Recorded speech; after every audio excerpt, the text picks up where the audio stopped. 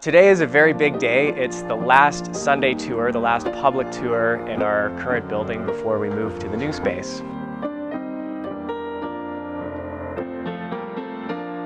So I wanted to thank all of you for coming. I mean, this is a record turnout for a Sunday tour. On July 5th, 1998, we started doing tours of our collection in this building. You know, 16 years later, we've led thousands of people through this gallery space as our collections have grown. Really great to sit back and reflect on the kids that have been inspired, the great artists and musicians that have been in this space. So in a lot of ways, for me personally, it's a bit of the end of an era and a chapter in the story of the development of the National Music Centre.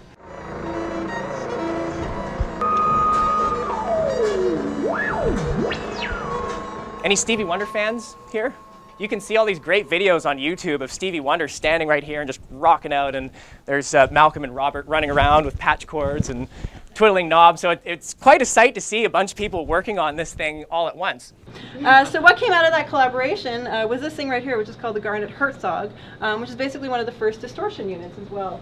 And this thing, as I say, Randy Bachman used this pretty much on all Guess Who recordings, and it really kind of defined what was known as the Winnipeg sound. So, you know, the Seinfeld slap bass comes from the M1 and all of these other sounds that people, you know, still 25 years later perk up their ears and go, hey, I remember that M1 slap bass sound. The creator of the piano was an Italian named Bartolomeo Cristofori. He was building his design based on the harpsichord design. So the sound actually emulates very closely what a harpsichord sounded like. But the difference being is I can play softly and I can play loudly. No one could figure out how to do that on a keyboard instrument until he created this. Or even more recent usage of it, if you know that Beck song.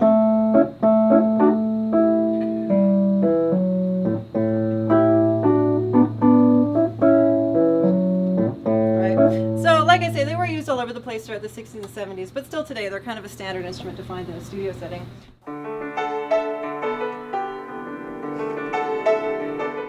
Signed by Elton and Bernie. The last time he played here in Calgary, he said, and the piano that I wrote this song on is right here in Calgary, and he launched into Tiny Dancer. This instrument was in this woman's home and she wanted to donate it. I remember it being in her split-level home, and these pipes here were in her garage. This will have its own dedicated space on the 3rd floor of our new building on the East Block, right in front of the elevators.